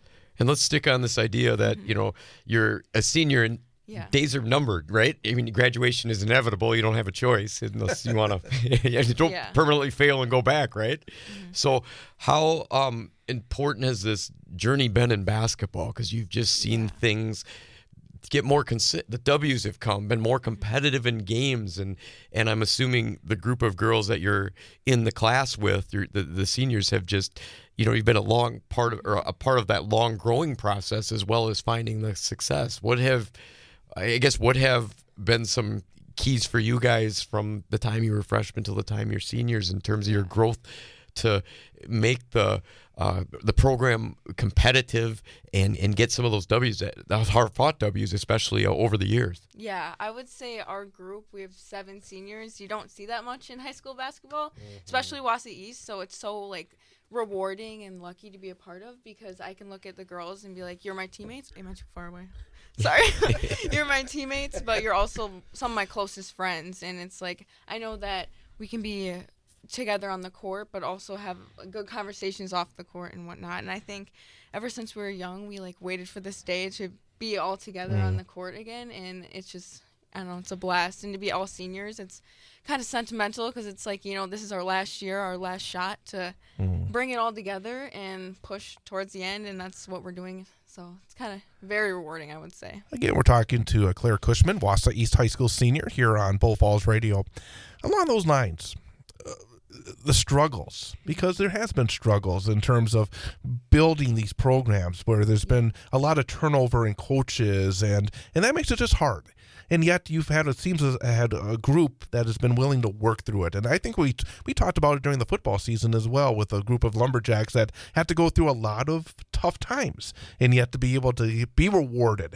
Yeah. And for yourself, what have the tough times meant? Has it made those moments sweeter when things have come together for you and your teammates? For sure. For sure. It just says a lot about the girls, that we're in it for each other, and you know, what are we going to do to make this better, and just dealing with it. I think definitely this year we've learned, and looking back at like the past how many seasons, you know, being together, it's something bad could happen to us, but it's how we're going to respond, and I think we're really good at responding.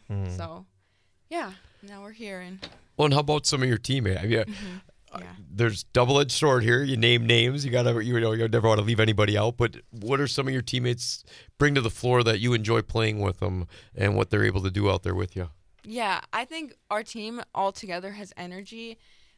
Grayson Berger, she's always going to be the first one to say something, and we love her for it, because she's going to say what we don't like we want to say, but you know, we're just scared to say or something. So we love her for that. And you know, I would say Oli, she's always making us laugh. Cindy, she's always working hard, putting her head down, which is good, because that pushes all of us to get better. And yeah, I mean, I could say something about everyone on the team. So it sounds very close-knit, and it's a team-based thing, which is awesome. With 7 seniors, sometimes it's hard, because number one, they're your friends. You've been around each other so much. Yeah. Is it ever, do you take on the leadership role? Do you enjoy it?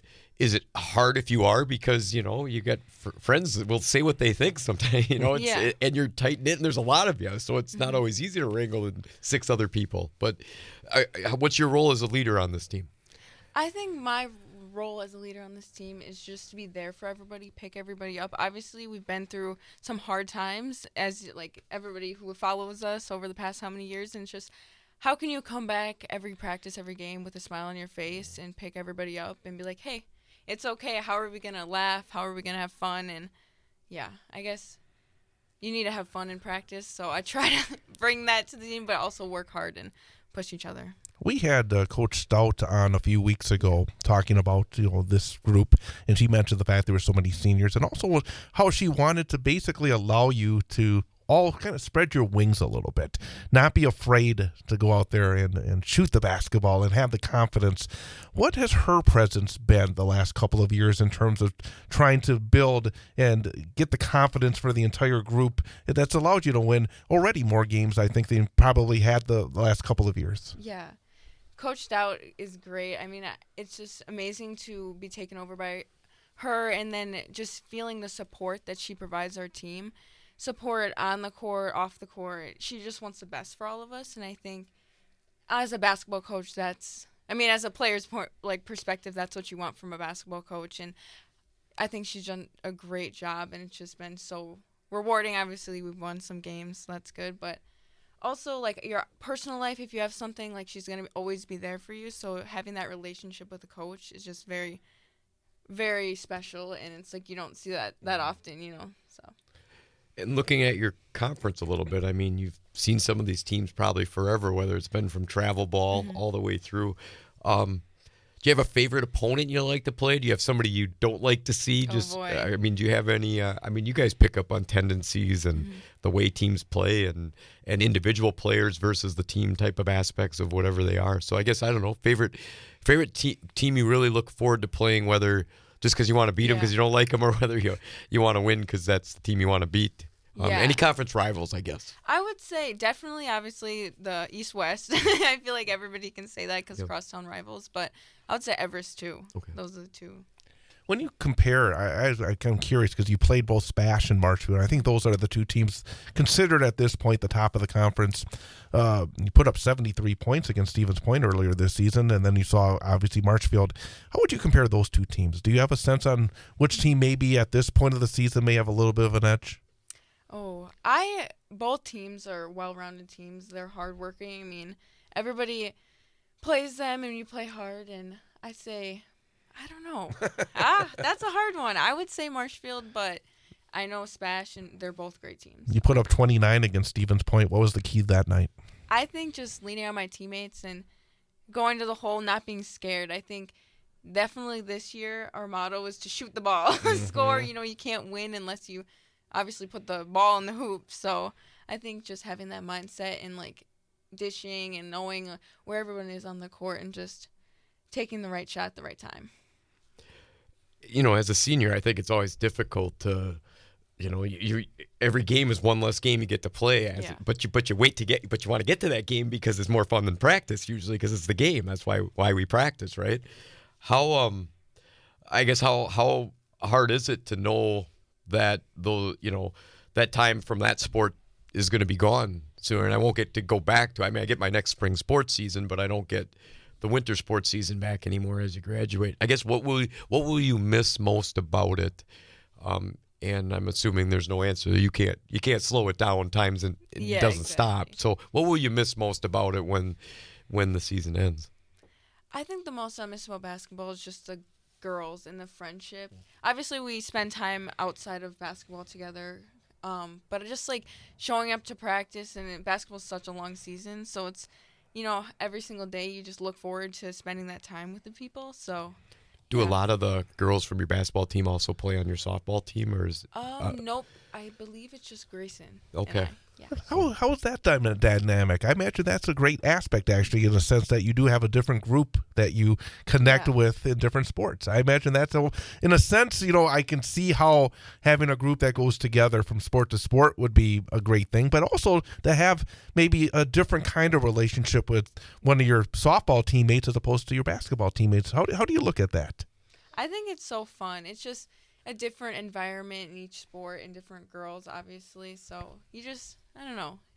Yeah, it's just fun to be a part of. And obviously you're playing a different sport, so you're getting to see different sides of each other and like different leadership roles, obviously. And yeah. As a basketball player now here in your senior year, how have you changed? Maybe what are the areas that you've improved the most at since you first started? When did you first start playing varsity basketball? What year? My freshman year. So you've had that. Yeah. And by the way, did you play varsity in all your sports as a freshman? Not volleyball. Okay, no, so softball and basketball. So comparing yourself as a basketball player as a freshman to where you are today, where are the areas that you've taken the biggest strides in your opinion? I would say aggressiveness for sure. My freshman year, I still remember my first game. I'm out there and I'm just like shaking and I'm scared. But no, I think being aggressive, definitely taking it to the hole and taking the shots. And if I'm open, I'm going to shoot. And, if I have the lane, I'm going to drive. And I think that's one thing that I've really improved on this year. That mentality. And again, going back to our discussion with Coach Stout, that mentality seems to be something that is being tried to be a foundation within your program. How much easier is it to play the game when you do have that I guess call it leeway to maybe miss a shot, but to have the confidence to make a shot, to have the confidence to be able to go to the basket, the mental aspect of sports, and obviously you've been around it so much, I imagine that's vitally important in terms of success. Very important. I think 90% of the game is mental. I mean, you hear that all the time, so it's like if you don't have that mental aspect, it's going to be hard to perform every single time. So just knowing that, like, it's okay, like, you need to take the shot, and if you miss it, then you're going to be completely fine, and you're not going to get pulled from one mistake or one turnover and whatnot. So just keep playing hard, and that's all they can ask for. Is there any part of the game, whether it's from volleyball to basketball to softball, whether it's, you've got to dig the ball out in volleyball, or you got an open shot that you can tell when you catch it there's something way in on that shot, or a certain pitch in softball that you got to make contact with? Any one of those more stressful based on your love of the sport? Oh boy. Or are they just are what they are when they pop up? Yeah, I would say they're all kind of similar situations, obviously different sports, but you definitely put that pressure on yourself, as any athlete does, to perform. So I would say that in the moment, it's all the same. Yeah. And again, we were talking right when you walked in, like how I'm always impressed how high school athletes, they balance their schedule, especially multi-sport, because I don't. Some people are like, yeah, they just play and they're going to do this. And it's, well, it's not. It's I want to keep my swing. Or are you a pitcher at all? I play third base. Okay, so keeping your softball game fresh from the time that you don't want to just stop if you got a lot hinging on what you want to accomplish, as much as your basketball shot when volleyball season's on. How hard is it to be, and on whatever top you got friendships and family and some student athletes work. How hard is it to balance that time, or are you good with it? Because I know time management can be a huge headache for some people in life. So yeah, I would say it's definitely busy and stressful at times, but it's worth it in the end. I mean, going from go to basketball practice and you got to go hit to because you got to stay on top of everything throughout every sport. So I'd say it's very difficult at times, but it's rewarding, very rewarding. Let's step away from the fields for a moment. What's your favorite class? Oh boy, I do a lot of special needs work. Like I take teacher assistant in special needs department. So I am in an art class right now. So that's probably my favorite class that I'm involved in, I would say. Also, in terms of, it's always interesting when somebody that does get the opportunity to play college sports, whatever sport it may be, that process. What was the process like for you? When did colleges start reaching out to you about your softball? What was the mindset in terms of how you decided that UWGB was the place for you? Could you maybe take us a little behind the curtain on that process? So I think, oh gosh, it was beginning to travel ball when I was younger, and I was like, wow, like I think I really want to do this. Like looking at like my, your peers, and you're like, wow, when I get older, like I want to do this, and I'm like, I want to play college softball. So as being young, like that's my goal. So how can I achieve this? So then I joined Fire Pro, which is an organization, a club ball organization, and playing with them, going to recruiting tournaments and sending emails and all the things that you do to get recruited and whatnot. Yeah, just doing that until I would say, well, obviously junior years when coaches can reach out to you. So kind of sending the emails and hopefully hearing back. And then Green Bay kind of came into the picture, I would say. My junior year, I knew, like, wow, I really like it. When I went on a visit, and I'm like, wow, like, this is a place that I can find home, and that's really special. Because, obviously, you're signing up for the next 4 years, right. And if you want to be completely set on your decision, couldn't be happier. And like my parents and my support system, like everything is just so special, and to be able to do this and then have them by my side. And aside from obviously being attracted to UWG Bay because of the softball scholarship, have you looked into what your major might be or what you want to do in the future that can still be there, that you want it to be part of your life? Because at some point, sports can end, so the real world can kick you. So you do it as long as you can and as long as it's fun. But anything that interested you at that school also as a major? Or I'm looking into psychology. I think that's what I'm going to major in. So. Okay.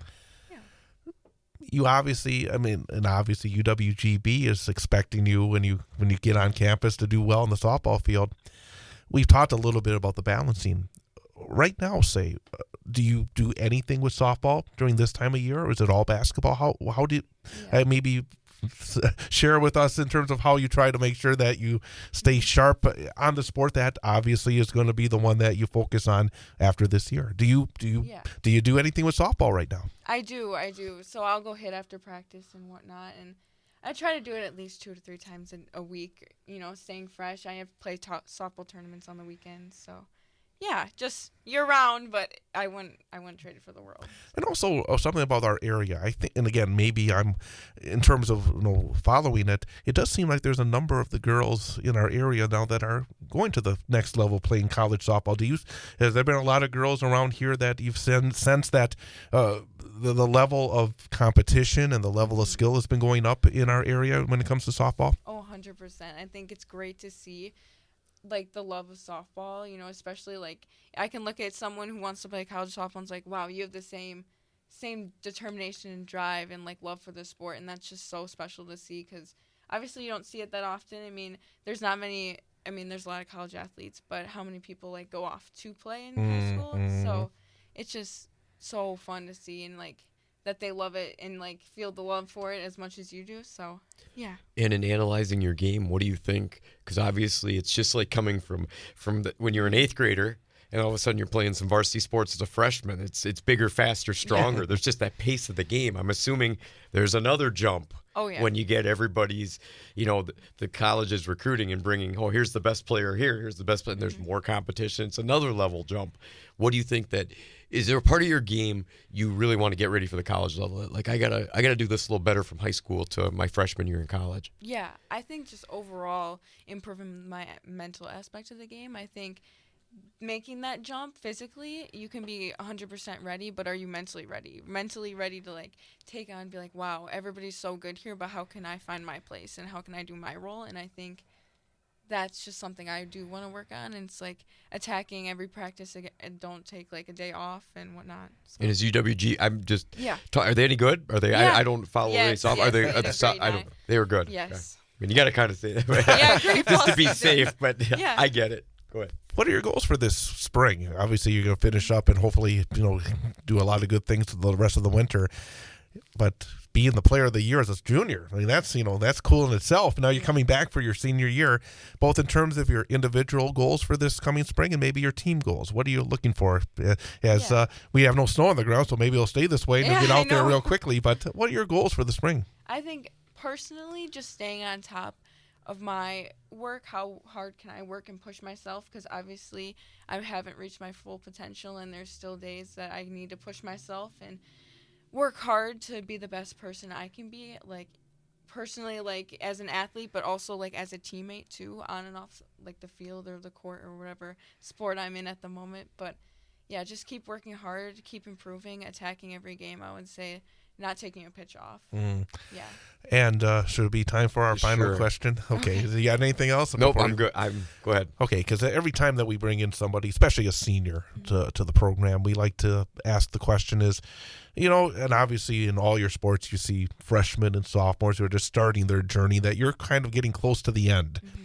If you were to take your experiences and what you've learned and be able to pass along a piece of advice to somebody that's starting their high school journey as a varsity player in any sport, what have you learned over these last few years that you can pass along to a young teammate? Yeah.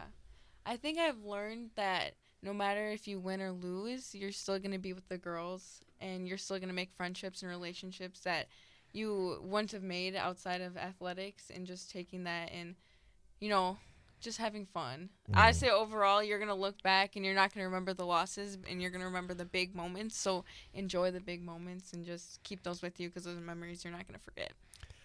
Well, what has been the biggest moment maybe in your athletic career at this point? It could be, it could be travel, it could be high school, it could be middle school. What is maybe a moment that still sticks with you as one of the great moments in your athletic endeavors? Oh boy. I'd say Did you have a grand slam home run to win the game at any point? I mean, I would definitely say there's moments like those that I remember, but I think it's just being with my girls. I think I can think of how many moments that I'm like, wow, that was something I'll never forget. But I think truly I'll never forget the relationships that I've made in high school. So. That is a good answer, isn't it? Claire Cushman, congratulations on all the success. Again, I was saying earlier, you were honorable mention all conference in volleyball. Obviously, you had your all conference and player of the year in softball, and you're putting yourself in a nice position here to be in the discussion in the winter. It's such a great body of work so far. Best of luck the rest of the winter. Best of luck in the spring, and thank you for coming on in. Thank you for having me. That's Claire Cushman of the Wausau East Lumberjacks. We're going to come back, have one more segment to go. The Big High School Sports Show on Bull Falls Radio, 98.9 and 1230.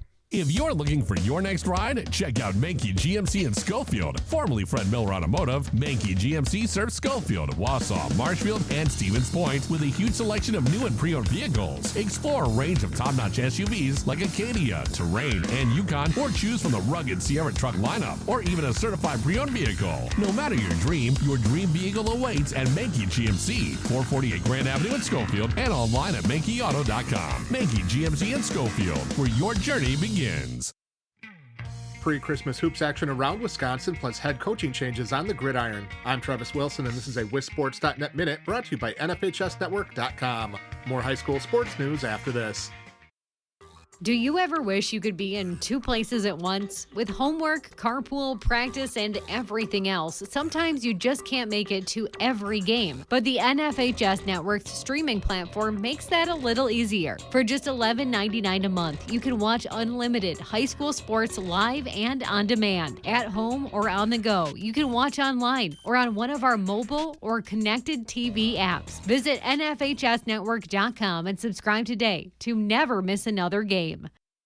The basketball holiday tournament and classic schedule is jam-packed later this week, but there were some noteworthy games around the state last week heading into the winter break. Appleton North is the last remaining unbeaten team in FBA boys basketball play, as the Lightning survived against Kimberly on Friday to stay atop the standings. Kimberly's Bryson Veith had a half quarter at the buzzer to force overtime, but Appleton North rebounded to score a 74-67 victory in the extra period. Junior Latravian Fenderson of the Prairie School holds a scholarship offer from Wisconsin, scored 39 points with 9 rebounds in a win over Union Grove last week. De Pere ran its winning streak to 38 games by beating Green Bay Southwest 76-21. The defending D1 champion Redbirds are dominating this year with an average margin of victory of 39.8 points per game.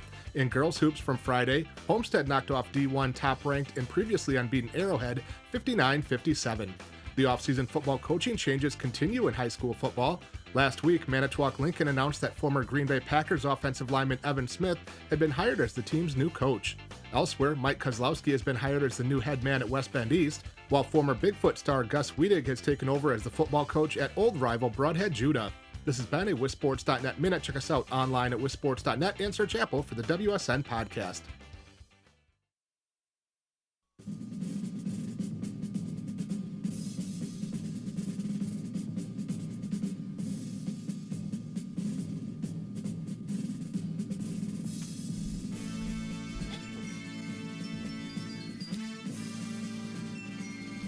And welcome back, Big High School Sports Show on Bull Falls Radio, 98.9 and 1230. I really loved some of those answers that Claire Cushman gave. And the ones that I really loved was that last question when I asked about, the advice. So often it's about the idea of winning all the time. But the experiences of the relationships that are developed, it's not just for the teams that win championships. It's the team, everybody that's involved in these sports, where you put in your heart and your soul for your teammates and your coaches and your school. I really liked that answer. I thought that was one of the better answers that I've heard in a long time. Well, I think so much can be said about, it's not the same for everybody. Some people, their high school years, they just want to get away from, they don't make those same connections. But I think sometimes high school sports bring us into that pathway. They form these deep relationships because you've gone, whether it's on the field or on the court or whatever playing surface it's on, and battled together with the same uniform title on, and it becomes a big deal. And I always think it's neat when you get married and some of your wedding parties, a couple of your high school buddies, or you see unfortunately somebody's parent passes away, and the people at the funeral you're running into are some of their high school buddies are coming back because they care. Well, this week is so much about that. Yeah, between around Christmas time, where you see what I'm saying. You see these people that you may see one time a year now. Yeah. But it's this week or Thanksgiving. But when you get together, it's like nothing has changed. Oh, you haven't missed a beat. You can jump into a conversation and just roll with it. in a way where, those are the special relationships where you don't have to worry about it. You have to be on. You're there. You're back. Complete comfort zone. You're back to when you were 15 years old. I mean, it really is something that is very special. And I thought, again, Claire got it. Sometimes kids get it. And I thought she gets it. And I think, again, when we talk to kids, I say from East, because they've struggled in a number of athletics over the years. And to hear kids like that realize that it's, in a lot of ways, the process. It is the process of getting better, to lifting a program. Taking a program that's at the bottom and then taking it up 3 steps in this long process. I love that. I love the aspect of it's not just about winning a championship. And in 20 years from now, it's about what you've learned about yourself to make yourself the best possible version of you. And I think it's also those substantial friendships that you found that can last the testament of time, where you can be a total comfort zone and catch up anytime, whether you haven't seen the people in 5 years, 10 years, 2 years, whatever it might be. And I think that's high school time well spent. Yep. So let's talk a little bit about some of these conferences on the girls' side before we wrap it up. Valley, you got Marshfield 4-0 in the conference, 8-1 overall. Spash, they've picked it up recently. They're now 3-0 in the conference, 6-4 overall. Rapids, maybe a little bit of a minor surprise, over 500 at 2-1 after struggling last year. 3-6 overall. Wausau West struggling a bit right now. I'm a little surprised. I have not had a chance to see the Warriors lately. I saw them early in the season, but obviously there's a process there. They lost a lot of great talent. They had a coaching change. They're 1-2 in the conference, 2-6 overall. Merrill Blue Jays are 1-2 in the conference, 5-4 overall. East 1-3, 4-7 overall, and Everest 0-4, 1-9 overall. So not unexpected to see Marshfield and Spash right now fighting for the top spot. And I think that's the way it's going to be for the rest of the season. Yeah. I'm interested to see how Marshfield does in their tournament with Hudson and Oshkosh West. I think those are some good foes to have, to see if they continue to, increase that 8-1 mark that they have right now for Spash. They killed Chippewa Falls right before we went on break, and I think they've got a couple good games that they'll get to see where they are at in the Century Classic. Rapids, the only thing I can kind of measure and to see how they'll play Bondwell in that Century Classic, so on Friday, I believe. So I think that'll be a good game to kind of see, are they showing, because Bondwell's always solid in that conference. And then, it's kind of another mixture in that middle. Rapids, Merrill, West, East can be a little bit of a sleeper in terms of that. So kind of to see where those teams are at as the season progresses here once we jump back into conference play. Great Northern, we talked plenty about Lakeland earlier, 5-0, 10-1 overall. Rhinelander still undefeated, 4-0, 7-3 overall. Mosinee 3-1. The only loss came to Lakeland, 8-2 overall.